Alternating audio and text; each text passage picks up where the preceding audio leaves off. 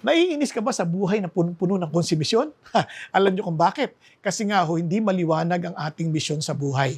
Kaya naman, panoorin niyo po ang mensaheng ito dahil ito nagpapatibay sa atin upang makita natin ang dahilan natin at maliwanag na layunin bakit tayo naisilang. Po ay Missions Month. And alam niyo, praise God, no? Sa Bible po, lagi po may pagdiriwang ng mga pista, kahit in the Old Testament, to remind us of God's faithfulness at gayon din para maintindihan natin kung bakit tayo nandito ngayon. Kunyari, when they were celebrating, for example, the Passover, they were being reminded kung ano ho yung, paano sila niligtas ng Diyos mula sa Egypt. Di ba?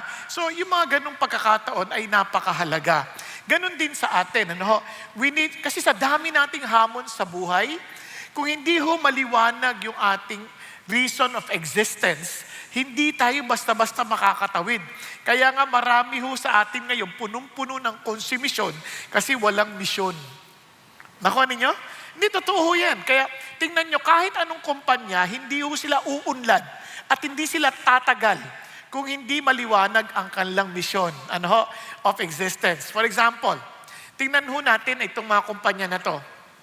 To give people the power to share and make the world more open and connected. Palagay nyo, hindi ho yan talagang kakalat sa buong mundo kung hindi maliwanag yung kanilang misyon. Anong kumpanya yan? Hindi nyo maalala. Di bale, malalaman niya, Facebook. Di ba? Okay. To organize the world's information para maisaayos sila yung mga kaalaman sa buong mundo.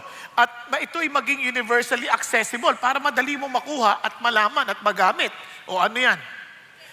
Di ba? Ang galing nyo. Alam nyo na agad, Google. Di ba? Tapos to be the premier purveyor of the finest coffee in the world. Inspiring, nurturing the human spirit, one person, one cup, one neighborhood at a time. Imagine ninyo, kape lang. Naging sikat na yan, no? Parang ang mahal-mahal pa naman. Di ba? Paano nagawa nila yun? Kape lang yun eh. Sa tagal-tagal na natin may barako eh. Bakit hindi umabot sa Amerika yung barako natin? Nakuha ninyo?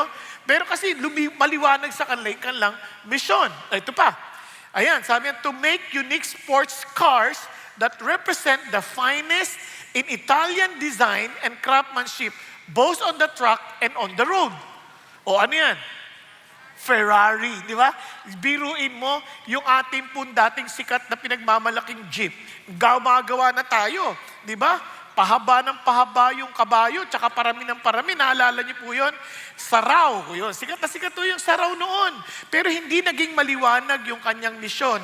Kaya humaba na rin pati pangalan, Sara na raw. Di ba?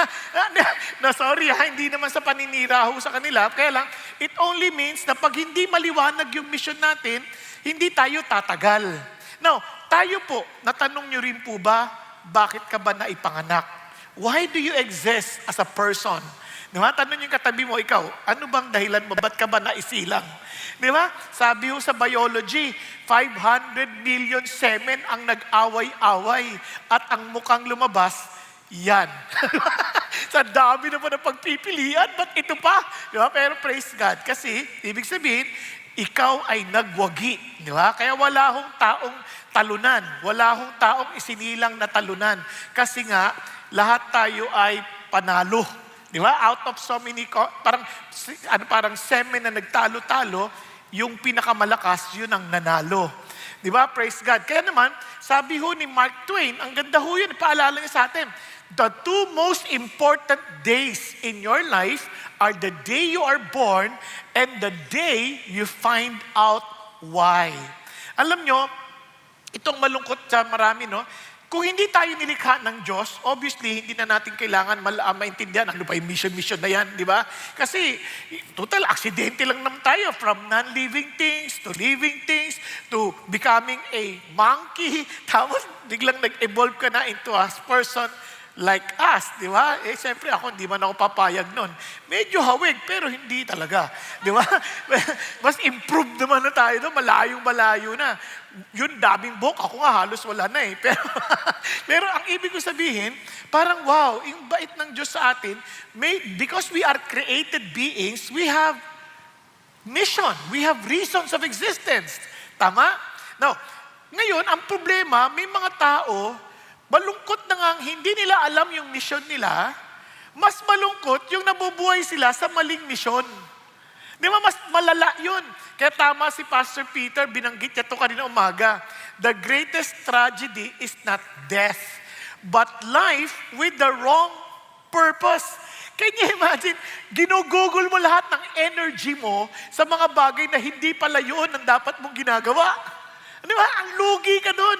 Biro mo, inubos mo lahat ng resources mo, oras mo, tapos hindi pa, parang ano yan, naalala niyo ba yung nag-exam ka, tapos ilang linggo kang nagpupuyat para tapusin mo yung parang home exam na yan. Tapos nung sinabit mo, tuwang-tuwa ka, excited ka, ganda ng ginawa mo. Pagdating mo, after a week, para i-check kung anong grado mo, nakalagay doon. Failed. Malaking failed. Bakit? Nakalagay, good report, good presentation, good research, but this is not the assignment. Ang lungkot, no? Ilan sa atin ang ganyan? Parang laban tayo ng laban sa buhay, but the end of the day, hindi pala ito yung pinagagawa sa akin ng Diyos. Kaya ho, iyan ang bagay na dapat natin maintindihan. God has specific mission for each and every one of us, but we have to embrace God's mission. Now, maraming tao gusto nila kagad yung mga specific na kagad. Ito, ano kayang will ng Lord sa akin mapapangasawa ko? Lalaki na maputi o maitim. Mga ganun ba? Huwag natin munang pag-usapan yung specific. Merong overarching na mission ang Diyos na binigay sa atin. Before He went back to heaven and giving us the Holy Spirit, sabi niya, meron akong papagawa sa inyo. And this is very specific. Sabi niya, and Jesus came up and spoke to them saying, all authority has been given to me in heaven and on earth.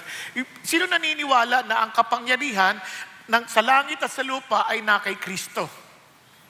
Anybody? Okay, pakita sa kamay, huwag kayo maya. Ngayon, good. So almost every one of us believe that. Now, ang tanong, how many of us na nire-recognize natin yon, ina-acknowledge natin authority na yon maging sa ating mga sarili. That yes, He has authority over me. Sige nga, pakitaas ang kamay. Okay, good. So yung iba hindi na sigurado, ano kaya? Authority ba siya? So normal lang yan. Ngayon, if you believe that God has authority over you and you recognize that, you acknowledge that, ano sabi ni Lord? Therefore, make disciples. Sino sa atin nagde-disciple para kay Jesus? Ayan, umunti na umunti. Napansin niyo ba? Nagkaroon ng malaking disconnect. I believe in His authority, pero hindi ko naman sineryoso yung kanyang pinasasabi. Hindi mo tinatanggap yung authority niya. Kaya nga, ang gandang yung word na, therefore, sa makatwid, di ba? Kung naniniwala ka that He has authority over heaven and earth, then sa makatwid, make disciples. Now, kung sakali man si Pastor Peter mag-preach sa oras natin, huwag niyong kakalimutan to, lagi siya nagpapa-exam. Ano daw yung main verb dito? Ang main verb is make disciples. Sa Greek kasi, ito yung compound word, make disciples. Ngayon, yung go, yung baptize, at saka yung teach, bagamat yan ay mga verb din, pero yan ay mga verbal participles. Okay? Kaya wag na wag kayong magkakamali. Kasi patataasin kayo ng kamay. Pag nagtaas kayo sa go at nagtaas kayo sa baptize o kayo sa teaching, yari kayo, bagsak kayo sa exam. Di ba? At hindi ko kayo kilala. Kasi tinabi ko na sa inyo, tinuro ko na sa inyo, huwag kayong kasi siyempre as a teacher, gusto ko lahat tayo pumapasa.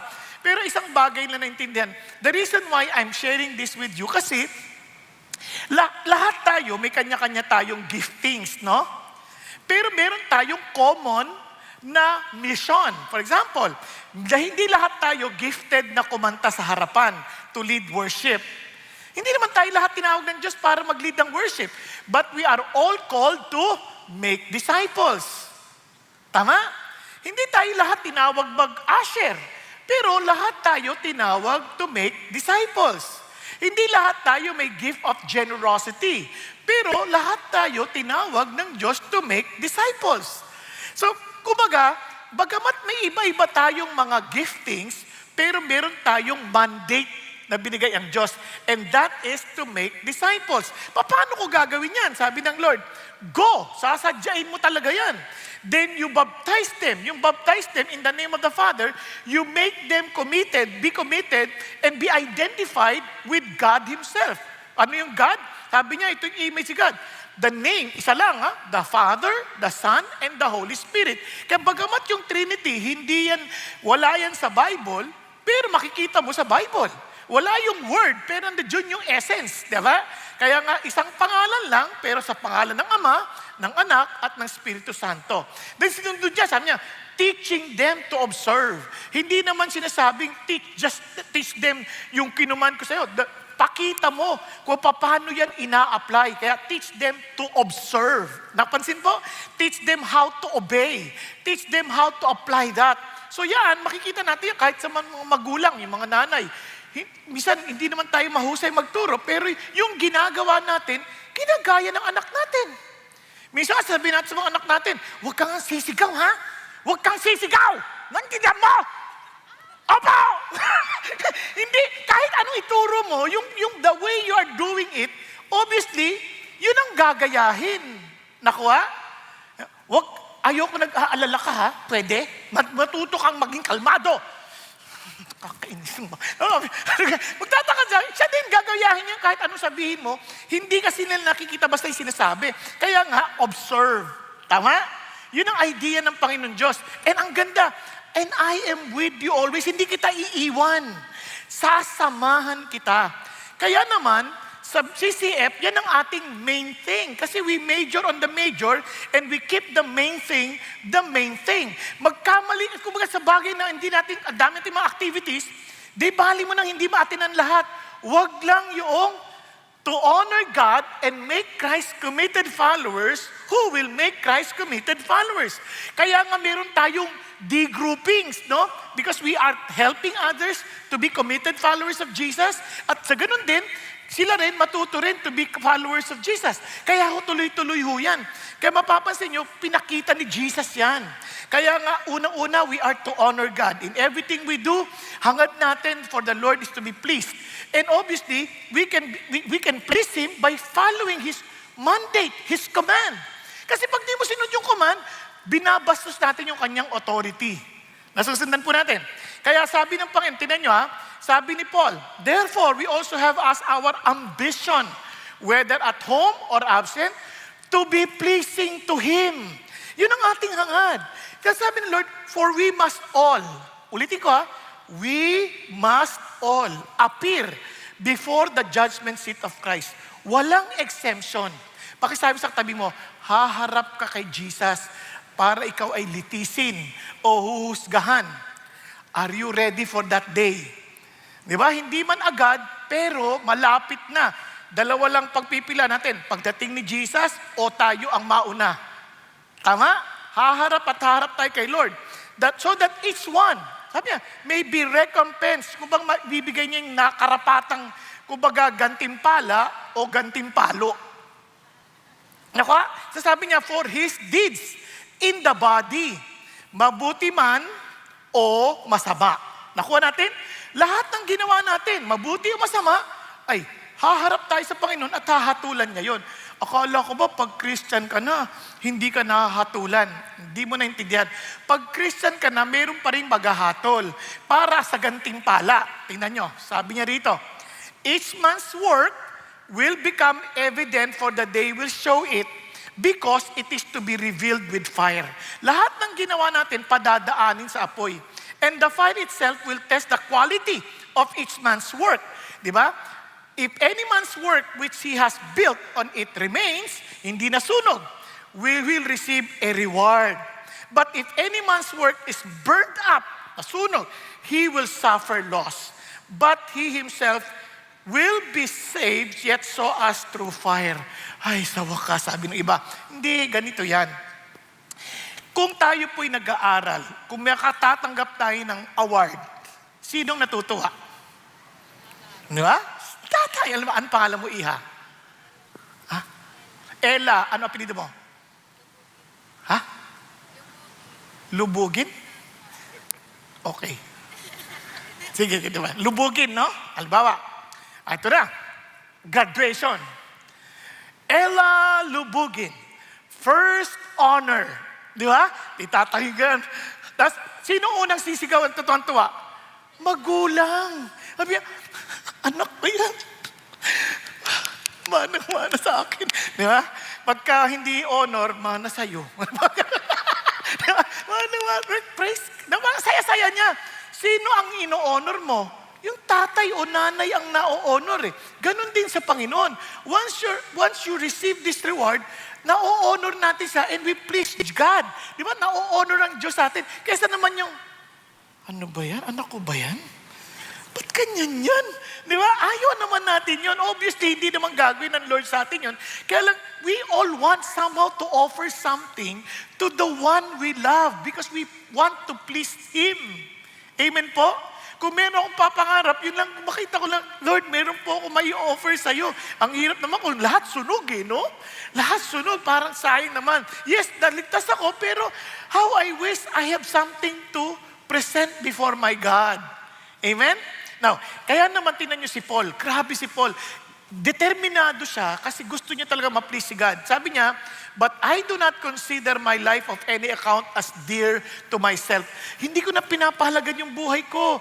Mas mahalaga sa akin, yung matapos ko yung kurso at yung ministeryo na natanggap ko mula sa Panginoong Hesus. Sabi niya, ang ipahayag ko, ang kanyang mabuting balita na biyaya ng ating Panginoong Diyos. Di ba? Ang sarap, no? Parang ito yung hangad ko. Kaya, di baling ano mangyari sa buhay ko, mahalaga, maipahayag ko yung mabuting balita ng Panginoong Diyos. Ganon siya kaseryoso. Kaya alam niyo bang, pati yung mga Christians in the past, amazing, ganyan-ganyan sila. Maging si David Livingstone, ang ganda sabi niya, isipin mo, kung ang komisyon mula sa earthly king natin ay considered an honor, hindi natin masyado ma-appreciate kasi wala naman tayong hari eh. Pero sabi niya, how can a commission by a heavenly king be considered a sacrifice? Di ba? Parang ganito. Halimbawa, biglang nakita, ikaw gusto mo magboluntaryo, sabi mo sa Pangulo, Pangulo, gusto ko pa maglingkod sa'yo. Una-una, hindi ka basta makakalapit. Maliban palapitin ka. May bantay yan eh. So kahit gusto mo maglingkod sa Kanya, gusto mo mag-volunteer sa Kanya, hindi ka naman basta tatanggapin eh. Pero kung nakita kang bigla, sabi niya, nakakatuwa ka, Ella. Alika nga rito. Ano ka pangalan mo nga? Ella, pwede ka bang maglingkod sa amin? Pwede ka bang ikaw ang mag-guide sa mga Coast Guard ko kasi at least hindi ka lubugin? Limawa lang. Diba? Parang wow, di ba? Parang, what an honor. Tama? Isipin mo, si Lord ang tumawag sa atin to accomplish His mandate. Walang sakripisyo dyan. He is the King of Kings, the Lord of Lords. Amen po? So amazing. Parang what a privilege. Kaya ho, let me repeat. Pakisabi niyo sa katabi niyo, embrace God's mission. Okay? Yakapin natin yung mission ng Diyos. Mabuhay tayo according to that mission. Amen po? Now, paano natin gagawin yan? 3 bagay ayon sa binasa natin kanina. Have the eyes of Jesus, have the heart of Jesus, have the urgency of Jesus. Anong ibig sabihin nito? Simulan natin sa have the eyes of Jesus.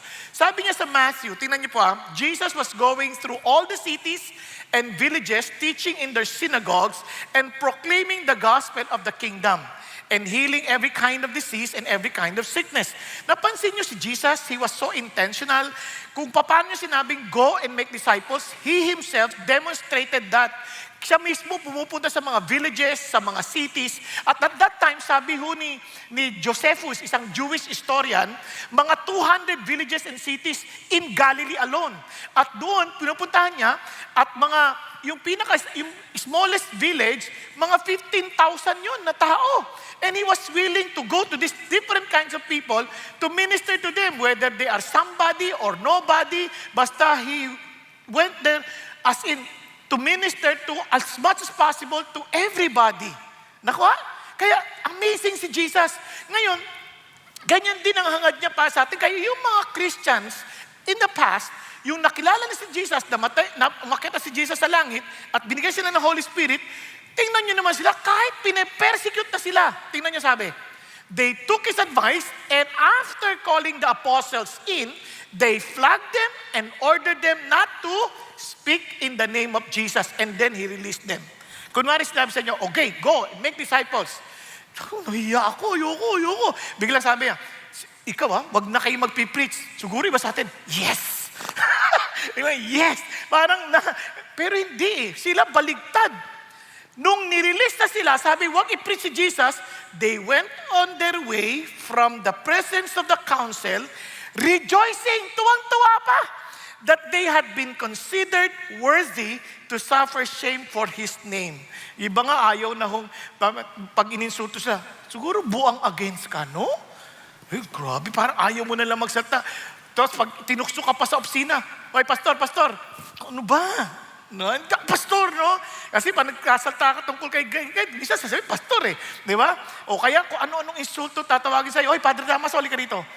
Parang, naiinis ka.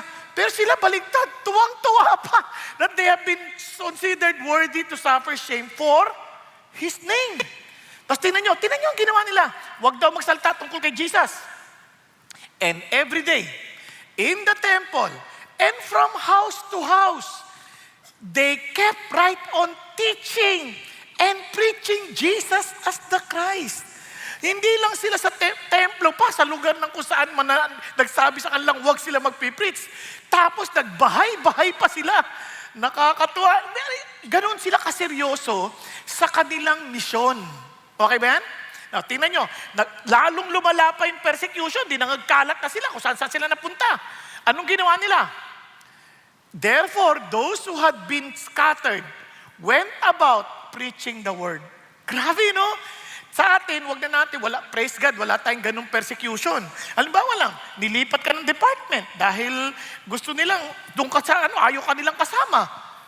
Preach ka pa rin ng gospel. Tama? Nilipat ka ng destinasyon o kaya nilagay ka sa dinistino ka sa probinsya. Preach ka pa rin. Kumbaga, kahit saan ka ilagay ng Diyos, isa lang ang nakikita mo. Ikaw pa rin, kung ikaw accountant, ikaw pa rin ay accountant na taga-preach ng pangalan ni Jesus. Siyempre, gagalingan mo rin as an accountant. Pangit naman mag-preach sa pangalan ni Jesus, ang pangit naman ang trabaho natin. Di ba? Okay ba yan? Kung ikaw mag-aaral ka sa ibang lugar, estudyante ka ng Panginoon, then keep on teaching about Jesus. Insultuhin nila ako. Kahit pa, dahil alam natin ang ating misyon. Niyayakap natin yon. Bakit? Paano natin magagawa yon? Tingnan ninyo. Kailangan nating makita. Sabi niya, seeing the people. Alam nyo itong malaking problema sa atin. Minsan hindi na natin makita ang kagandahan ng ating paligid. Bakit? Ang dami nating inaalala. Ang dami nating anxiety sa buhay. Di ba? Pag marami tayong inaalala, yung word na maraming iniisip, yun ang ibig sabihin nun, anxiety. Kaya nga sabi ng Bible, have no anxiety about anything. But in everything, by prayer and supplication, let your request be made known to God.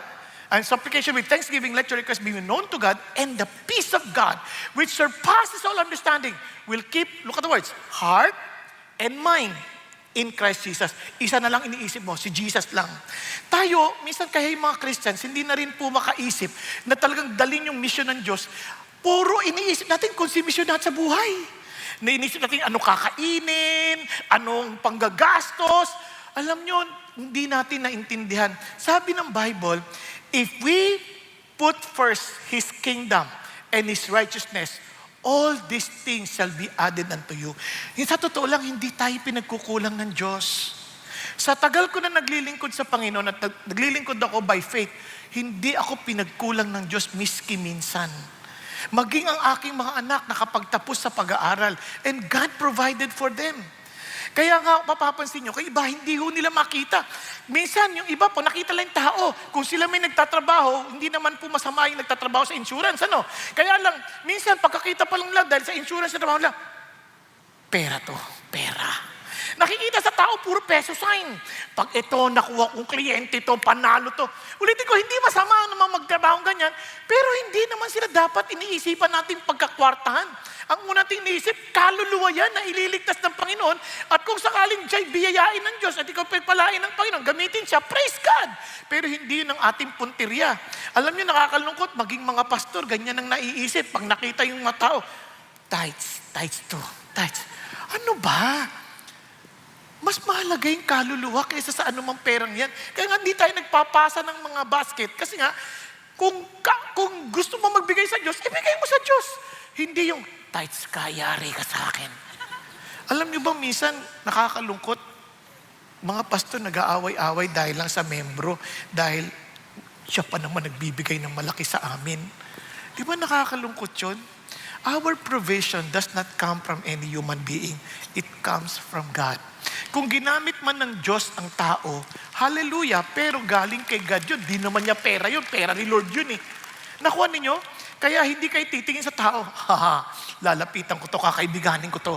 Pera to, pera to. Di ba? Mukhang pera ka na talaga. Now, bakit hindi pa rin natin nakikita? Minsan ang taas na natin tumingin, yung mga tao hindi na natin nakikita sa baba. Paano ko nasabi yan? Papakita ko sa inyo.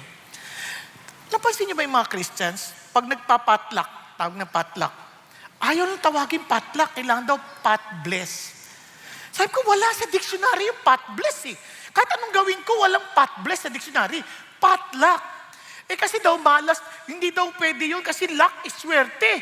Katuloy yung mga Christians, hindi na tayo maintindihan ng tao. Kasi iba na yung mundo talaga natin eh. Parang hindi na tayo makakasalita ng salita nila.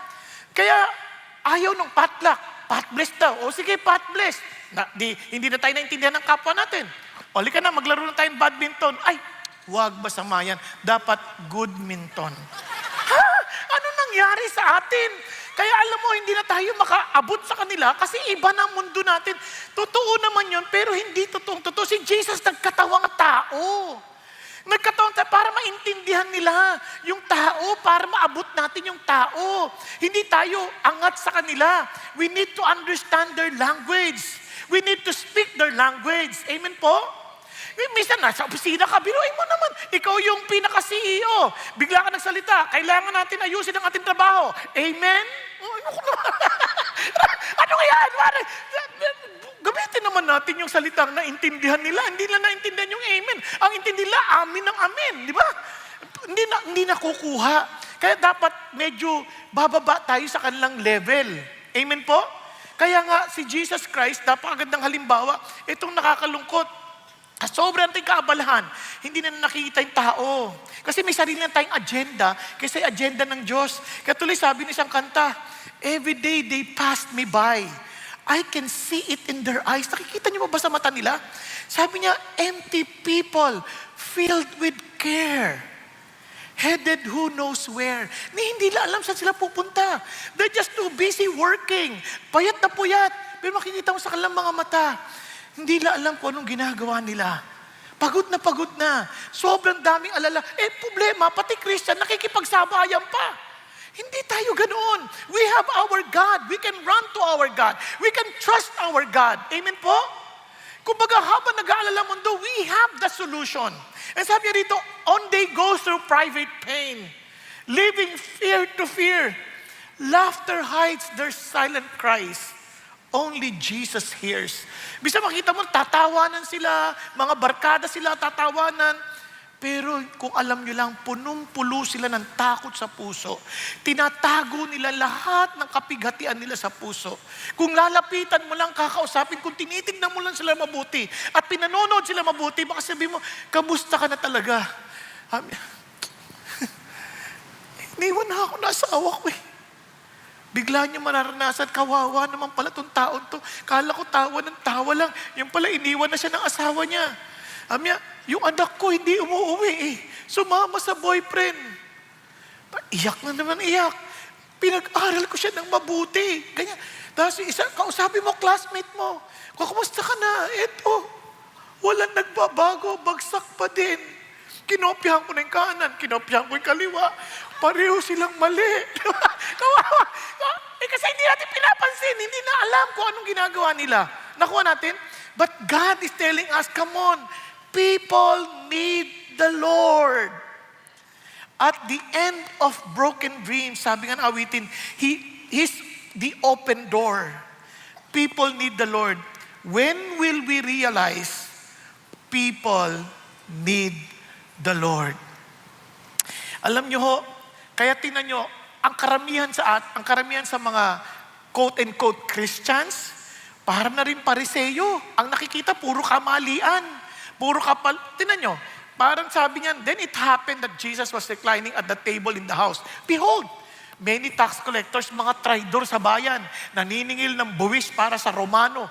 And sinners, tingnan nyo, malalamang ba agad isang taong sinner, maliban sila'y kilalang mga makasalanan? Kunyari, katabi nyo, masasabi bang sinner yan? Kunyari, uy, babaero to. Hindi mo masasabi hanggat hindi siya kilalang babaero. Tama ba? Kasi tayo lahat, mukhang anghel tayo eh. Di ba? Parang nalaglag lang. Ganon. Pero hindi natin agad mapapagbintangan ng sino man hanggat hindi natin nakikita. Pero ito, for them to say that they are sinners, kilala silang makasalanan. And Jesus was dining with them. And when the Pharisees saw this, they said to His disciples, sabi niya, tingnan niyo naman yung bossing niyo. Sabi niya, they're eating with the tax collectors and sinners? Anong klaseng tao yan? Remember, birds of the same feather are the same birds. They flock together, tama? Kaya sabi niya, tell me who your friends are and I will tell you who you are. Oo nga no, pero bakit si Jesus? Ang sinagot ni Jesus ganito, hindi naman ako nagpapa-impluensya sa kanya dahil ako yung Diyos eh.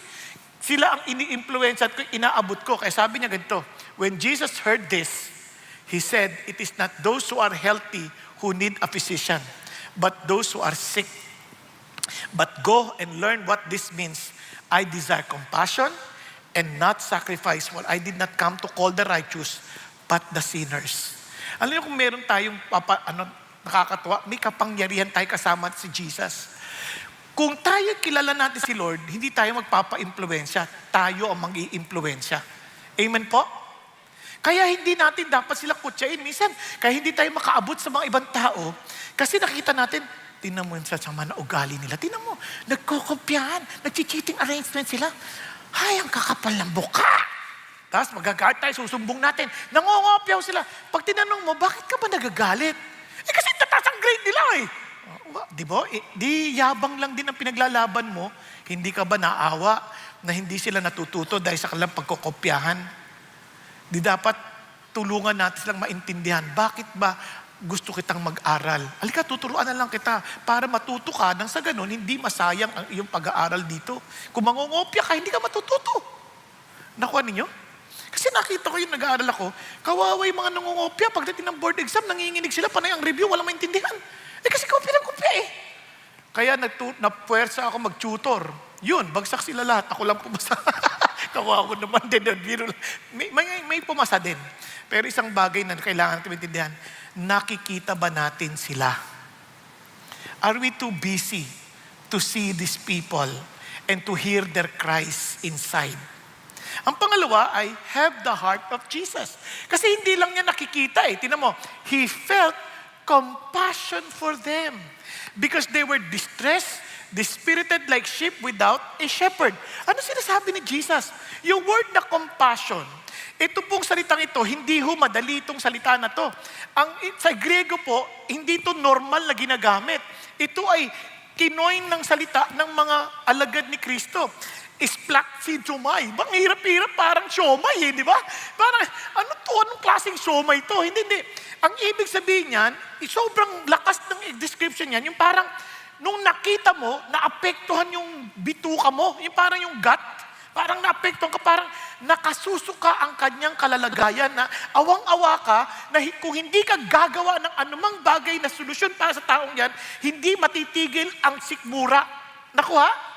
Yun ang ibig sabihin niyan, parang wow, talagang parang ang hirap ng hindi ko maatim ang nangyayari sa kanya. Ganun ang pakiramdam ni Jesus. Sabi niya, He felt compassion on them. Yun ang puso ni Jesus. Amazing. Kaya nga, balikan lang natin, tingnan niyo po ha. They were distressed, dispirited. Imagine yung mga, anong klase yung distressed, dispirited. Tapos sabi niya, they are like sheep without a shepherd. Kawawa po. Unang-una, ang mga sheep, ano yan dependent yan sa shepherd. Hindi sila mabubuhay ng maayos nang walang shepherd. Hindi sila makakakain, lagi lang aalalahanin saan kami kakain. Hindi sila mapapaliguan, hindi sila magiging maayos, hindi mapapakinabangan ng kanilang balahibo. Wala silang direksyon. They will always be afraid because nobody will ever take care of them. Di ba't yan ang buhay ng maraming tao? Yes, sa labas mukha silang okay, mayaman, pero ang dami lang fears. Tingnan ninyo, yung mayaman na ikinaiinggitan natin, hindi niya ba napansin? Ang dami lang reha sa bahay. Para silang nakakulong habang yung mga magnanakaw, ikot ng ikot sa labas, malayang malaya. Pag-isipan niyo mabuti. Hindi ba nakakaawa ang kanilang kalalagayan? Kaya naalala ko, nung nagkaroon ng sunog, hindi nakalabas yung anak. Dahil sa takot na mawalan. Subukan niyo pumunta sa mga lugar ng mahihirap. Naka-open lang lahat. Hindi sila natatakot mawalan. Dahil wala naman talaga sila. Nakuha niyo? Napag-isipan niyo mabuti. Kawawa. Kaya akala niyo yung mayaman nakakainggit. Hindi. Bakit siya nagagalit pag nagdadrive sila? Driver club. Bakit sila nagagalit? Marami silang lungkot sa kaloobang hindi nila masagot-sagot. Kaya naiinis sila. Kilala mo ba ako? Sino ako? Tingnan nyo. Pati sila, hindi nila kilala kung sino sila. Tinatanong pala sa ibang tao. Nakakaawa. Nakuha niyo ibig sabihin? Kaya doon pa lang alam mo na, wow, hindi nakakatuwa. Palagay nyo, yung mga nagpipinta sa pader, wala bang pera yan? Sa mahal ng mga pinturang ginagamit nila? Meron yan, kaya lang punong-puno sila ng boredom, hindi nila alam kung ano sagot. So they thought by doing vandalism, masasayahan sila at parang nagkaroon sila ng saysay sa buhay. But in reality, they're very lost. They are dispirited, they are distressed. Kaya naman, tayo naman, nagkakaroon tayo ng ibang pananaw pag may problema ang tao. Bakit? It is an opportunity for them to know Jesus. Kapag naghihirapan ng tao, hallelujah, hindi ito problema. It's an opportunity to embrace God's mission.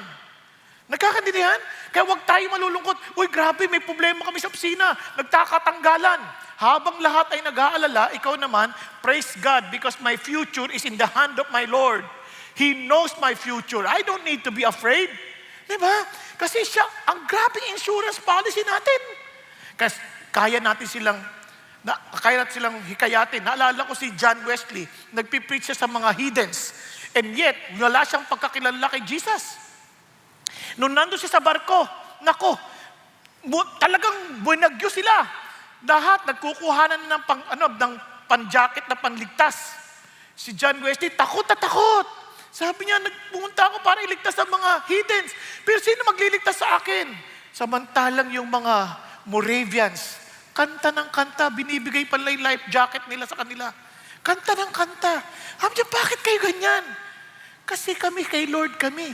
Pag namatay kami kay Lord pa din, walang mawawala sa amin. Kaya kanta lang silang kanta, nag-worship sila sa Diyos. Ito, takot na takot. Doon niya nakilala si Jesus. Kaya sabi niya, kailangan ko rin yung Jesus ninyo. Diba? Nakakatakot minsan yung mga Christians, sila pa yung unang natatakot. Pag may bagyo, sila pa unang kumukuha ng life jacket. Diba dapat nga ibigay mo na sa kanila yan. Nakuha? Kaya pagsasakay ng eroplano, takot na takot. Paano ka hindi matatakot? Nanood ka ng mga plane crash. Ano ka ba? Papunta ka doon, ano bang dahilan mo ba't ka naglalakbay? May papagawa ang Diyos sa atin. So what ka matatakot? Kaya sa totoo lang, ting sasakay ko sa aeroplano, sasabi ko sa mga pasahero, mapalad kayo, nandito ako. May trabaho pa ako, hindi kayo mamamatay. At kung sakaling tapos na ako, lagot kayo lahat. Kaya kailangan nyo makilala si Jesus. Di ba? Kaya naalala ko nung pabiyahe kami mula sa Tugigaraw. Antok na antok ko, may katabi akong ganyan. Di ba minsan may mga pasahero na hindi napapansin, akala nila sila lang yung pasahero. Hindi niya alam, may late lang yung upuan, tapos hati kami dapat doon sa sakay, kinuha niya na lahat. Ikaw naman nakaganyan ka na lang, di ba? Tapos sabi ko, Lord, naantok na po ako. Hindi, sharean mo siya ng gospel. Naman, Lord, hayaan mo siya, swapang naman siya. Pero hindi siya swapang, hindi niya sinasadya yon. Nagkataong malaki kasi siya, parang ganyan.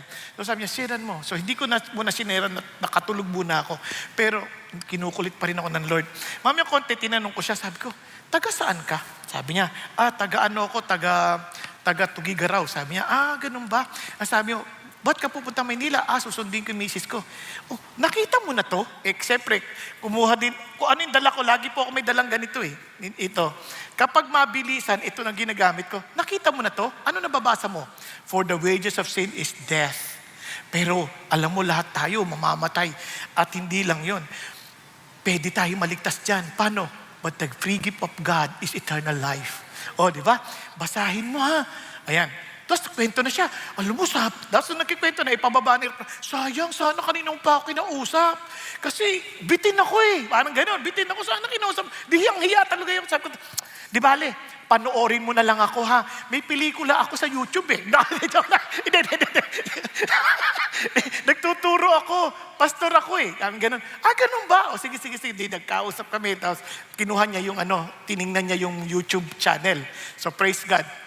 So, ibig sabihin, ang daming tao, wow naman talaga eh. Sayang nga, nahiya ako kay Lord. Ngayon, baka tanungin nyo, saan ko nakuha to?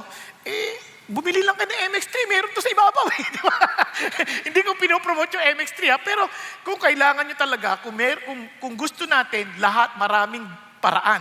Pero pag ayaw natin, maraming dahilan. Di ba? Pwede nyo rin gamitin ito. Halimbawa, tinanong mo lang. Di ba? Kung hindi ka sanay. Ang bait nga ng Diyos kung talagang may puso tayo sa tao, hahanapin talaga yung paraan. Basahin nyo lang to ng araw-araw, hindi nyo may memorize. Maaalala nyo to in 30 days, hindi nyo na makakalimutan. Araw-araw nyo lang babasahin. Now, alam nyo po ba, nakakatuwa to, yun yung best decision. Tanungin mo lang, anong pinakamagandang desisyon na gawa mo sa buhay? Nung nag-asawa ako, wow, okay lang ba sa'yo? Ikwento ko sa'yo yung pinakamagandang desisyon na nagawa ko? Di ba? O sige nga, siyempre makikinig ka, nakinig ka na eh. Ako naman. Papabasa ko sa'yo, ito yung pinakamagandang desisyon na nagawa ko. Basahin natin. O di ba? Hindi mo naman kailangan, babasahin lang natin eh. Nakuha ninyo? Kaya kung talagang gusto natin, tutulungan naman tayo ng Diyos. Nakuha? Kaya lagi, kung wala kang dala, dahil lagi mo siyang binabasa, mamememorize mo siya, masasabi mo sa Kanya. Nakuha po, ang mahalaga, nakikita mo ba yung iyak ng mga tao na to, and do you really feel that compassion? Kasi pag hindi natin nararamdaman yon, for sure, hindi natin hindi natin ipaglalaban. Kita niyo si Jesus. Yung mga tax collector na naman at mga sinners, nakikinig sa Kanya. Ito mga Pharisees, grumble na naman. Grabe naman ito. Share ng gospel. Hindi niya naintindihan. Hindi. Sabi niya, this man receives sinners and eats with them. Kaya nag-grumble sila. Ano sabi ni Jesus? Sabi niya, so he told them this parable saying, what a man among you, if he has 100 sheep, and has lost one of them, does not leave the 99 in the open pastures and go after the one which is lost until he finds it. Alam ng Panginoon na kapag ang tupa nahiwalay, patay na yan. Kasi flocking animals sila eh. Ang flocking animals, pag nagkakasama-sama sila, okay lang, safe sila. Pero pag nahiwalay yan, naku, wala na, patay na. Kaya si Lord, hindi siya titigil hanggat hindi niya nahahanap yun. And while every one of us, we seem to be okay with the people around us, in reality, we often feel we are all alone. Parang pakiramdam natin, para akong nag-iisa. Pag may problema ka na, pakiramdam mo para ka nag-iisa. Pag may sakit ka na, pakiramdam mo para ka nag-iisa. Di ba? But our God will really find us. Kaya tayo naman as Christians, if we have the very same heart of Jesus, pagkakataon yun, may mga sakit, puntahan natin. Di ba? May problema, pasyalan natin. Kasi it's our chance to tell them, my Jesus cares for you. Naalala ko po, napagalitan ako ng Lord nung galing akong Davao. Kasi ako po, pag nakita ko may nangangailangan, tinutulungan ko naman. Di nakita ko, mabigat yung binuhat ko. Thank you po. Ako naman, ganun lang. Kasi pa-cute, di ba? Mas may nadapa, kinulungan ko. Tapos sabi ng Lord, anong ginagawa mo? Tinulungan ko po, di ba? Pamaya, nakita ako niyan sa YouTube. Di. Sabi niya, mabait yung mamang yan. O ngayon, sabi niya, dapat sinabi mo, thank you po, mahal ka ni Jesus, kaya ako ginawa yon. Di ba, ang laking pagkakaiba yon? Pinagalitan ako, hindi mo yung galit na sa Lord. Parang sinabihan sa akin, next time ha, pag tumulong ka at nagpasalamat sila, sabihin mo, dahil mahal ka ni Jesus, kaya ako ginawa yon. Nasabi ko, Lord, thank you po sa paalala. Kasi hindi naman ito para maging cute tayo, kundi para makita nila si Jesus nagmamahal sa kanila. Amen po? So yun ang sinasabi ng Panginoon. Kaya tingnan nyo sa Acts 4, sabi niya, bakit natin gagawin yun? Kasi wala namang kaligtasan, kundi sa pamamagitan lamang sa pangalan ni Jesus Christ. Wala nang ibang paraan. It's not joining CCF. It is not knowing Pastor Bong or listening to me. It is entirely on Jesus alone. I cannot save you kahit magpa-picture ka sa akin ilang beses. Ipakita mo sa langit, Lord, may picture kami, oh. Wala yan, hindi kikilalanin yan. Ang kikilalanin lang si Jesus na nasa sa atin. Amen? Kasi dami tao pa-picture na ma-picture. Binubura naman pagkatapos. Di ba? Walang may tutulong sa atin yun. Si Lord lang ang makapagliligtas sa atin. Si Jesus lang. Wala yung magagaling na pastor na kala natin sila yung makakapagligtas sa atin. Kaibigan ko si Pastor Peter. Kaibigan ko si Billy Graham. Kahit kaibigan mo pa kung sino man yan. They will never bring us to heaven. Only Jesus can save us. Amen po? Because there's no other name under heaven that has been given among men by which we must be saved. Panoorin po natin ang patotoo ng ating kapatid. For 20 years, I was slave to drugs and self-destruction. But Jesus found me and gave me a mission. Good afternoon. My name is Brother Johnny King Jr., 47 years old, a husband to Lani, and a father of 4. I grew up in a broken home, searching for identity and belonging. I got caught up in the wrong things. Fraternity life, drugs, gambling, drinking, and gang fights. People called me back the black sheep of the family. Even after finishing college and getting married to Lani, I did not change. I went back to womanizing, drugs, and surrounding myself with the wrong crowd. When my father passed away in 2009, my heart hardened even more. I became abusive, manipulative, and full of rage. I hurt my wife, my children, and my siblings deeply. Eventually, they could not take it anymore. They pulled away and was losing everyone. That's when my family made a hardened decision to send me to a therapeutic rehab center in Batangas. I was completely cut off. For 8 months, I have no communication with my loved ones inside that rehab. Life was harsh. Forced labor, emotional and mental isolation, even being locked behind bars for months. My mental health suffered badly. In my lowest point, I began crying out to Jesus. Not because I knew him, but because I have no one else. I would pray in prostration. Jesus, if you are real, help me. I did not know if he heard me, but I kept praying anyway. Then God answered. My mother pulled me out of that rehab and brought me to Penwell Home, a Bible-based recovery center. The place was different. I was treated like a person, not a problem. I was encouraged to read the Bible. And slowly, I began to experience something I have never felt before, the compassion of God. It was not just rules and religion. It was a relationship with our Lord Jesus Christ. My heart began to change. During my time there, my wife and kids started visiting again.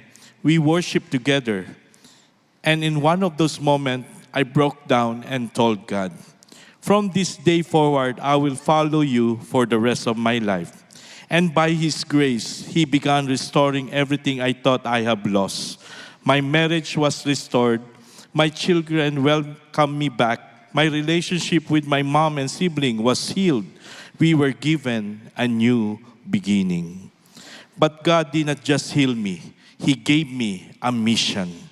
After graduating in Penwell in 2013, I could not ignore the burden in my heart to reach others who were broken like I was, especially those behind bars.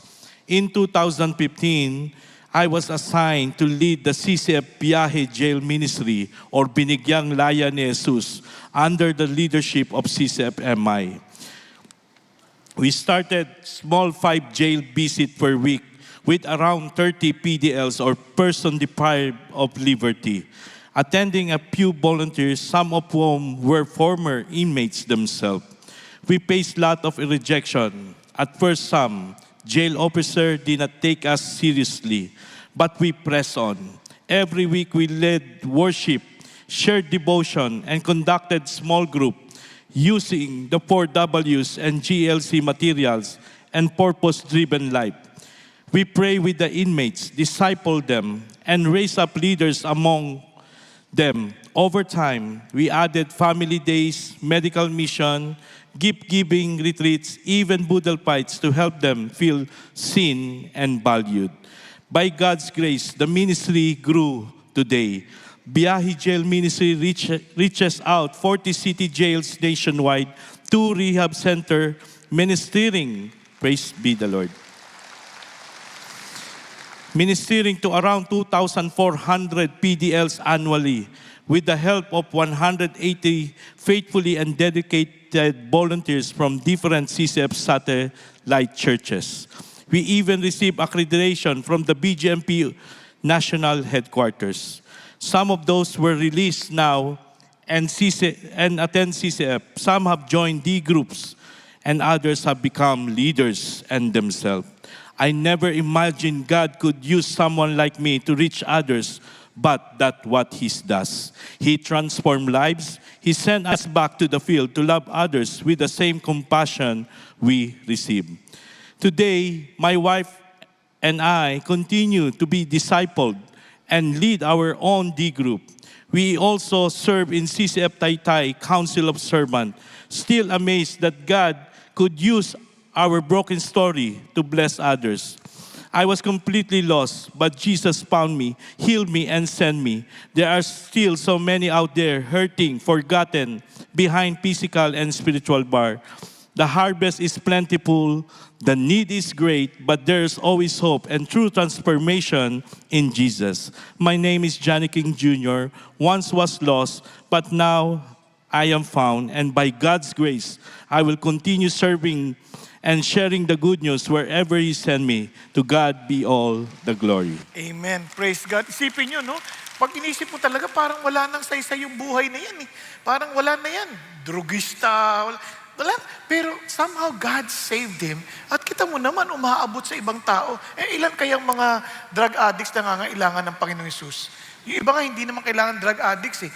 Marami pang ibang klaseng mga addiction na pinagdadaanan na sa buhay. Kaya ho, yung sagot ho ay yung mabuting balita ng Panginoon Kristo. Kaya ho, meron pong urgency. Kaya we need to have that urgency of Jesus. Tingnan nyo kung bakit ganun ka-urgent na lamang. Then He said to His disciples, the harvest is plentiful, but the workers are few. Anong ibig sabihin yan? Isipin nyo, ang dami na nung aanihin. Pag hindi natin naanihan on time, mabubulok lang yan, sayang. Di ba? May timing ang pag-aani. Ang problema, walang sapat na manggagawa. Saan tayo kukuha ng manggagawa? Kaya may urgency. Andyan na yung ani. By the time na baka sakali, hindi na, titigas na yan, manububulok na yan. O di magtatanim na naman ulit. Pag nagtanim na naman ulit, baka manigas na yan, hindi na yan talaga magbubunga. Kaya we need to take talagang the opportunity, grab it right away. Kaya lang we need more workers. We are in a hurry. And praise God sa mga taong tulad ni Johnny. Ano si Johnny, kapatid ko yan eh. Kasi Johnny King, ako Bong Saking. Huwag na natin intindihin yan. Diba? Pero what I'm trying to say is this. Ang tragedy po, sabi ni Vance Havner, of our time is that the situation is desperate. Sobrang desperate.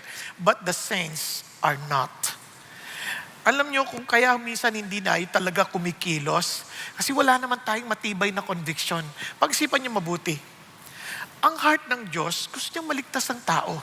Kaya isip natin, pag siniran mo, baka tanggihan lang ako. Hindi, ang totoo niyan, mas hangad ng Diyos maligtas ang tao. Kasi sabi niya, He doesn't want anyone to come to perish, but for everyone to come to repentance. And they are lost. Wala silang pinupuntahan. They're just going around. Para silang mga tsubibo na talaga walang pinupuntahan, walang direksyon. And there is life after death. Whether you believe this or not, mayroong buhay after death. One, either you will spend eternity with Jesus or you will spend eternity in hell. Hindi biro yun. Parang napaso ka na ba? Ang sakit to na imagine for eternity, ganun ang ramdam mo na sinusunog ka. Hindi biro yan. And sabi ganun, and Jesus is the only way to be saved. Kung naniniwala ka na ito talaga lang paraan, talaga pwedeng hindi natin sabihin. Kasi kawawa, kamag-anak natin, kapitbahay natin. Minsan hindi na natin makita yung kapitbahay natin kasi inaaway natin yung kapitbahay natin. Sabi natin, yung aso nilang ingay-ingay, ang bao-bao. Hindi. Bakit inuisip mo pa yun? Mas mahalaga yung kaluluwa nila. Baka pag naging Christian yan, yung aso nila paliliguan na. Di ba? Kasi nakapark sila lagi sa harapan namin. Hindi kami makalabas. Huwag nyo na isipin yun. Kukotse lang yan eh. Kasi naman pag nagiinuman silang ingay-ingay lang, kumakanta silang videoke, hindi kami makatulog. Talagang ganun kaya nagiinuman niya, naghahanap ng kasiyahan sa buhay yan. Bigay mo yung totoong susi ng kaligayahan. Hindi na yan aawit ng ganyan. Nakuha ninyo? But we need us. Kaya nga we need to tell them about Jesus. And in fact, the Great Commission is a command. Inutos siya ng Diyos. We are not to take that lightly. Balikan natin, sabi ng Panginoon Diyos, kaya nga, the harvest is plenty, but the workers are few. Kaya, anong gagawin natin ngayon? Hala, tayo na. Hindi, wait lang. Therefore, beseech the Lord of the harvest to send out workers into His harvest. Ang sinasabi ng Lord, huwag ka basta-basta humayo. You come to God, you pray to God, kasi yung word na beseech, talagang magmakaawa ka. Bakit? God will never send workers who will not be broken with what breaks the heart of God.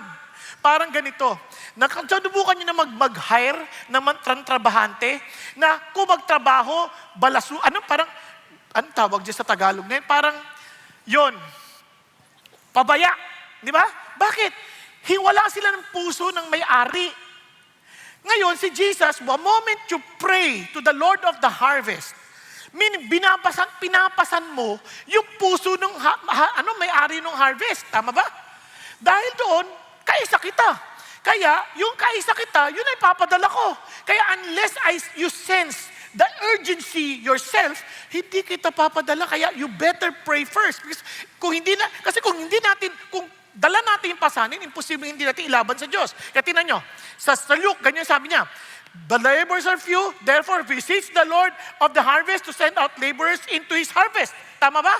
Biglang sabi niya, go, behold, I send you out as lambs in the midst of wolves. If you are really serious of seeing these people being harvested, gayon hindi ka na matatakot kahit mayroon pang wolves yan. Because I heard and I have the heart of God. Because my heart breaks with what breaks His. Are you following? Kaya doon halata pa lang, minsan hindi na natin pinagpe-pray natin ibang tao. Kasi we're too selfish to realize their need. Kaya nga, kung hindi natin naintindihan yung blessing na binigay sa atin ng Diyos, most probably, hindi talaga natin maipapasa isang bagay na wala tayo. Naalala ko lang po sa CCF, praise God, sa maliit nating meron sa CCF. Ngayon po, ang ating international satellites ay 57 na. With 38,000 house churches across 12 countries. Di ba, praise God yan? Nagsimula lang sa garahe ang CCF, ngayon naabot na pati sa international. Meron tayong 80 na national church plant, a total of 83 total, no? Dito sa atin sa Pilipinas. And praise God po sa biyaya ng Panginoon sa atin. At alam nyo, hindi tayo after do sa bilang. But we are praising God because God has given us the privilege to see people's lives change. Mga families being changed. Di ba, ang sarap na naayos yung mga pamilya? Now, tingnan niyo po ito. Meron pong si Lord, kahit nakaaway mo pa yan, isipin nyo, ang Israel at saka ang Judah magkaaway yan. Remember, nung naghiwalay yan, si Rehoboam and Jeroboam, they were always fighting. Hanggang sa dulo ng mga descendants. At yan ang Samaria. Yung pong Israel, sinakop ng Assyria, at yung capital nila ay Samaria. Kumbaga, ang Judah o yung mga Jewish, magkaaway na matindiyan. And look at Jesus. kahit si Jesus, pumunta pa mismo sa Samaria. Ibig sabihin, hindi issue dito yung hindi mo type na tao. Ang issue dito, kahit sino pa man yan, ayaw mo man yan, gusto yan ni God. Okay ba yan? So he went to Samaria, at doon, nakatagpo niya sa Jacob's well, at nakita niya isang babaeng nag-iigib. At the 6th hour, katanghalian ng tapat. Sabi niya, then he came a woman of Samaria to draw water. Jesus said, give me a drink. Itong amazing. Sa Israel, bukod sa Samaritan na to, babae pa. Ang babae, ano yan? Mga cast out ng society in a sense. Para sila'y kausapin at hindi sila binibigyan ng ganong importansya. Pero si Jesus, nilapitan niya. Tapos sabi niya, give me a drink. Tapos biglang sinagot siya ni Jesus, alam mo lang, yung humihingi sa'yo ng tubig, kaya kang bigyan ng tubig na hindi ka na mauuhaw pa. Kaya sabi ng babae, talaga, kung totoo yan, bibigyan mo ako ng ganyan tubig. Para hindi na ako mauhaw at hindi na ako mag-iigib dito. Tama ba? Nakuha ninyo? Normal lang. And sabi ni Jesus, sabi niya, o sige, tawagin mo na yung husband mo. Tapos sabi niya, wala akong asawa. Sabi niya, I have no husband. Jesus said to her, you have correctly said, I have no husband. For you have had 5 husbands. At yung kasama mo ngayon, hindi mo asawa. Bakit naman si Lord? Uhaw lang ang issue. Sinasama pa yung asawa. Kasi sa bawat isa sa atin, may kinauuhawan tayong bagay. Hindi necessarily yung tubig, kundi ito, uhaw sa pag-ibig. Kasi hindi natin alam ano nangyari sa kanya, bakit 5 na ang asawa niya. Maaring namatayan, maaring hiniwalayan, maaring namang talagang wala. Palit-palit na siya ng asawa. At the mere fact na papalit-palit ka ng asawa, hindi ka makontento, mayroon kang hinahanap na hindi mo mahanap-hanap. Tama? And you are thirsty for something. So dahil doon, na-realize na mukhang ikaw ang Mesiyas. Kaya naman, ano sagot ni Jesus sa kanya? Now, I know that Messiah is coming, who is called Christ, yung tagapagligtas. When that one comes, He will declare all things to us. Ano sagot ni Jesus? I who speak to you am He. Kumbaga, sa mabilisang usapan, nakilala ng babae si Jesus. Tama? Kumbaga sa atin, tinanggap niya si Jesus, 1 minuto pa lang siyang naging Christian. Tama ba? Anong ginawa niya? Agad, alam nyo, iniwan yung kanyang water pot. Wala siyang pakialam ngayon doon sa yung iniigib niya. At nagpunta sa syudad at pinagsasabi sa mga lalaki, hoy, pakinggan niyo to. And sabi niya, come see a man who told me all the things that I have done. This is not the Christ, is it? Sabi niya, they went out of the city and were coming to Him. Pero sinira niya kagad yung mga tao. Na-meet ko yung, tingnan ninyo. Minsan, hindi natin kailangan ng maraming kaalaman. Yun lang ma-realize mo anong ginawa ni Jesus sa atin, yun na ikikwento natin eh. Alam niyo ba, bulag ako noon. Ngayon nakakakita na ako. Alam mo ba, wala akong pinupuntahan ngayon. Ngayon nagkaroon na ako ng maliwanag na dahilan. Alam mo ba, punong-puno ako ng galit. Dahil kay Jesus Christ, pinalaya niya ako sa sama ng loob. Nakuha ninyo? Dati hindi ko matanggap itsura ko. But dahil kay Jesus, namatay siya para sa akin, tanggap ko na rin ang itsura ko ngayon. Hallelujah! Di ba, yun palang kwento na eh. Nakuha ninyo? Tapos eto, ano sabi niya? Tapos tingnan nyo. Do you not say there are yet 4 months and then comes the harvest? Sabi niya, just behold, I say to you, lift up your eyes and look on the fields that they are white for harvest. Hinog na. Kaya naman, tingnan niyo yung mga tao. From that city, many of those Samaritans believed in Him because of the word of the woman who testified. Amazing. Sa testimony lang ng babae, ang daming lumapit kay Jesus. And He told me all the things that I have done. So when the Samaritans came to Jesus, they were asking Him to stay with them. And He stayed there for 2 days. And look at this. From that, sabi niya dito, many more believed because of His word. And they were saying to the woman, it is no longer because of what you have said that we believe, for we have heard for ourselves and know that this one is indeed the Savior of the world. Hallelujah. And alam niyo, sabi ni Lord, tingnan niyo, ready na for harvest, hindi na kayo ang nagtanim. Yung babae nagtanim, kayo aani na lang. Tama ba? Mga kapatid, kaya tayong gamitin ng Diyos. Alam niyo, kung alam niyo lang, ang CCF, hindi lang tayo po nagmi-minister sa iba. Tumutulong din tayo sa ibang ministry para kapartner natin. Ngayon, ito, kapartner natin sa International Cares Ministry.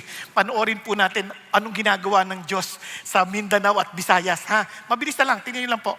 Panoorin lang natin.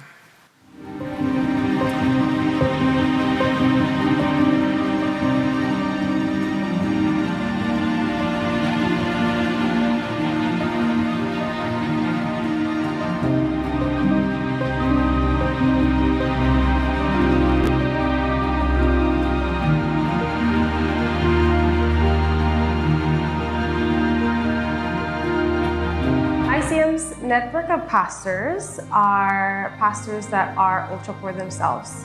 They don't have big churches. They might not have food on their tables, but their priority is to deliver the gospel to these communities. It's actually quite overwhelming. How do we help care for pastors who have so much passion but yet so little education and really want to serve their community? And so that's kind of the burden that we share as ICM leadership is how do we partner in an effective way to those pastors?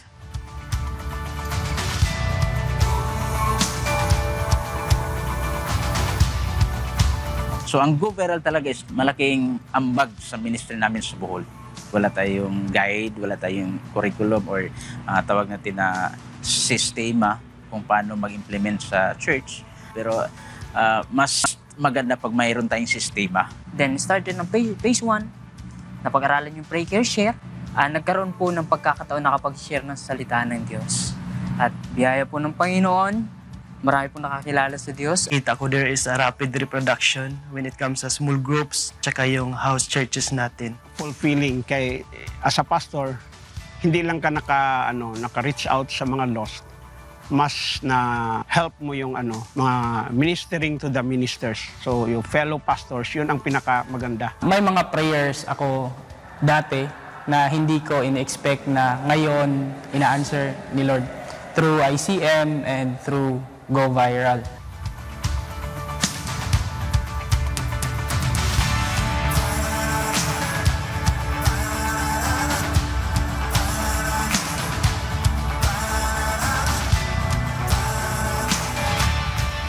Praise God. Napansin niyo po, hallelujah, napakabuti ng Diyos. Alam niyo po, nagturo ako minsan sa kanila, nagulat po ako, narinig ko po isang pastor, pamilya nila kinakain karton. Na wala sila makain. Narinig niyo kanina, di ba? They don't even have food on their table. And yet, they were ministering to their fellow poorest of the poor community. Nung nagturo ko, naglakad pa sila 2 hours, 3 hours para makinig lang. Sabi ko, nahiyang-hiya ako kasi, Lord, sana kami na lang ang naglakad papunta sa kanila. Kaya lang, mahirap din na magtitipon-tipon, di ba? Kaya doon ko naintindihan, Lord, thank you na binigyan niyo kami ng pagkakataon maging partner nila. Pero para maintindihan ninyo, 90% ng buong mundo hindi pa ho nakakarinig doon sa nabubuhay sa 1040 window. Ang ibig sabihin 1040 window, ito yung equator, mga 10 to 40 degrees. In between 10 to 40 degrees, yung hilera na yon, 90% hindi pa nakarinig kay Lord. Para maintindihan nyo kung saan ang kasama dyan, ayan, kasama Middle East, Northern Africa, India, China, Malaysia, Philippines. Kasi nyo, itong Philippines, ito lang tinatawag natin the only Christian country in the Far East. Dito po, Muslim yan. Dito po, Hindu. Dito, Buddhist at saka atheist, di ba? Tapos ito, ano yan? Buddhist din at saka Muslim. Bakit tayo hinirang ng Diyos? Kasi alam nyo, meron tayong misyon. Meron tayong misyon binibigay ng Diyos. Kaya iba sa atin, napapadala sa ibang bansa. Hindi lang para maghanap ng greener pasture. God brought us there to bring the gospel. Kaya alam nyo, sa totoo lang, bagamat sa total population ng mundo, 32% sinasabing Christians, yung totoong Christian dyan, mga 2% lang. Nakuha ninyo? At one day, yung mga Muslims, tatalunin pa niya itong 32% na ito. Sa bilis nilang mag-evangelize. Pero ito sinasabi sa inyo, hindi tayo nakikipagkompetensya sa kanila. Gusto nating mahango sa yung mga tao mula sa sa kasadlakan ng buhay at madala sila sa Panginoon Diyos na magkaroon ng pag-asa sa eternity. Nakuha po natin. Alam niyo kung bakit? Kasi minsan ang isip ng tao, ay gusto ko lang naman yumaman, gusto ko lang magkaroon ng maayos sa buhay. I'm telling you, What does it profit a man to gain the whole world and forfeits his soul? Ano saysay? Lahat ng yaman natin, wala yan. Sadali lang yan. Mauubos yan. Pag namatay tayo, mapupunta lang yan sa iba. Diba, sayang. Let us not waste the resources of our God. Kung naintindihan natin ang pagmamahal ni Jesus, hindi natin yan makontain sa ating mga sarili. Gusto natin ipagsabi sa lahat ng taong maaring padala ng Diyos sa atin. Amen po. Tayo pong lahat ay yumuko at pumikit sandali. Mga kapatid, hindi mo ipapasa isang bagay na wala ka. Mahirap magpasa noon. Kaya minsan, kaya hindi natin maipasa ang pagmamahal ni Jesus. Dahil mismo tayo nangangailangan ng pag-ibig ni Jesus. And alam niyo po ba, mahal na mahal ka ni Jesus. Kaya namatay siya sa krus ng Kalbaryo para sa iyo. Kasi siya nagsasabi, alam ko ang pagod mo. Nakikita ko ang kalalagayan mo na parang wala kang pinupuntahan. Kaya naman sabi ni Jesus, halika kayong mga napapagod at nabibigat ang lubha. Bibigyan ko kayo ng kapahingahan. Matuto kayo sa akin dahil ako'y mapagpakumbaba at mahinahon. Kunin mo ang aking pamato. Pahintulutan mo ako maghari sa iyo. At ang aking pamato'y magaan at lapat na lapat sa iyo. Kapatid ko, ikaw ang tinatawag ng Diyos at gusto mong tanggapin ang kanyang imbitasyon, maging mapagpakumbaba ka, tanggapin mo si Jesus. Lord, ako po yun. Tinatanggap ko po ang inyong paanyaya na lumapit sa iyo. Yes, huwag kang maya, itaas mo yung kanang kamay sa Panginoon. Sabi mo, Panginoon, ako po yun. Yes, Lord, Panginoon, pagharian po ninyo ako. Pagod naman na talaga ako eh. Kailangan ko kayo. Thank you, Jesus. Yung sa mga nagtasan, pwede bang ipanalangin mo to, Panginoong Jesus? Kinikilala ko ang aking kawalan. Kinikilala ko kailangan kita. Bigyan mo ako ng totoong maliwanag na dahilan sa buhay. At maranasan ko ang pag-ibig na inuukol ninyo sa mga lumalapit sa inyo. Panginoon Jesus, salamat at namatay kayo sa krus ng Kalbaryo para patawarin ako at bigyan ako ng bagong buhay. At salamat po na muli kayo nabuhay para tuparin ang pangako ninyong buhay na walang hanggan. Panginoon Jesus, gusto ko pong mabuhay ayon sa kalooban ninyo. Kahit Panginoon, puspusan mo ako ng iyong banal na Espiritu. Nang sa gayon, maisagawa ko ang mga nais mo gawin ko para sa ikararangal ng iyong pangalan. Thank you, Jesus. Thank you, Lord, for accepting me. Thank you, Lord God, for making me part of your body. Ngayon naman, sa mga natanggap na si Jesus, maging sa mga nagtaas ang kamay, may sunod akong hamon sa inyo. Handa niyo bang yakapin ang misyon ng Panginoon Diyos? To really pray to God, Lord, magpadala ka ng mga mag-aani. Lord, simulan niyo sa akin. Lord, bigyan mo ko ng mata na nakakakita, puso na nakakadama ng awa ninyo para sa ibang tao. At bigyan niyo po ako ng sense of urgency, Lord, na alam kong maikli lang ang panahon na hindi namin pwedeng aksayahin ang bawat sandali. Kapatid, kung yun ang loobin mo, pwede ka bang tumayo? Sabi mo, Lord, I want to be part of your mission. I want to share your gospel, your good news to people. Whoever you bring, Father God, to my life, Lord, tulungan niyo po, maging kagamit-gamit ako. Yes, wag kang mahiya. It's between you and the Lord. Wag kang mahiya. Sabi mo, Lord, I want to tell the world about you.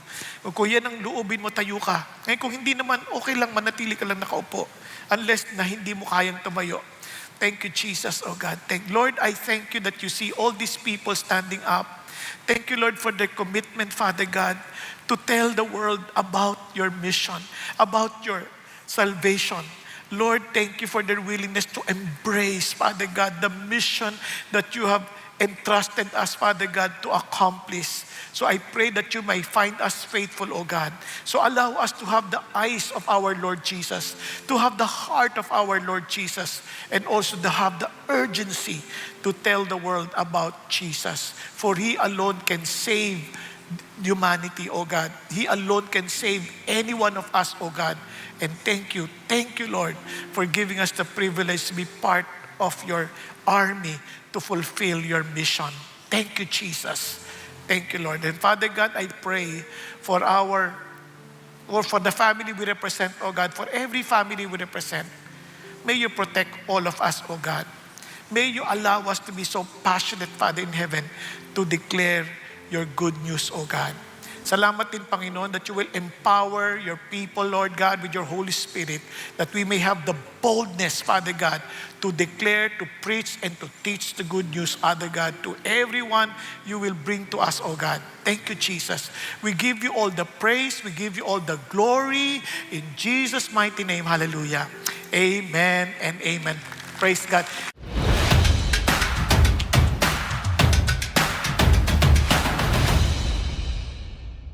Pinagpalang araw, CCF family. Welcome to Sunday Fast Track, where you ask real-life questions and we give you biblical truths. Ako po si Albert mula sa Sports Ministry at kasama po natin ang ating speaker na si Pastor Bong upang sagutin ang inyong mga katanungan. Magandang araw po, Pastor Bong. Magandang araw din sa iyo, Albert.